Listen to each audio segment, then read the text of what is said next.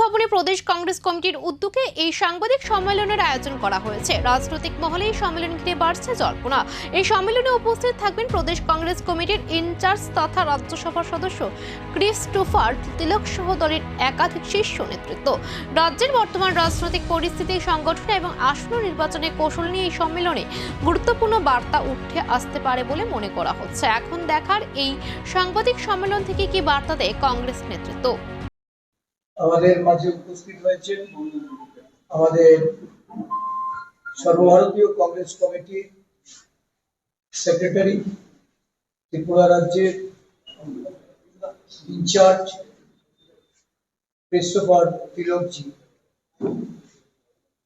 Christopher তিলকজি এই রাজ্যে এর আগেও এসেছেন, কিন্তু এবারে ওনার উপস্থিতি আমাদেরকে বাড়তি উৎসাহ জুগিয়েছে। উনি তামিলনাড়ু থেকে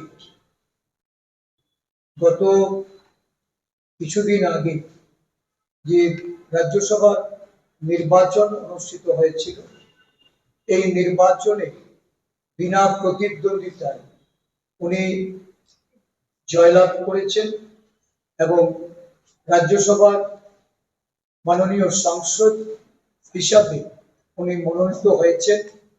এই সাংসদ হিসাবে ওনাকে পেয়ে আমরা আপ্লুত।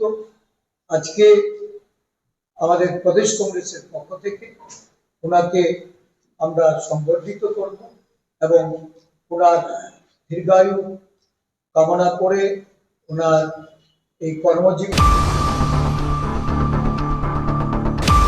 आरो 700 जना इनटा कैपेसिटी बारे रवै बरनो फेसिलिटी रवै तंखाके जोंनि बिखराराव थिगासे पाहाड़नि बर'राव जत लेखा फरायनायनि बागै आसो सेबमायाफोरनो जों हमफैहाय हस्टेल जों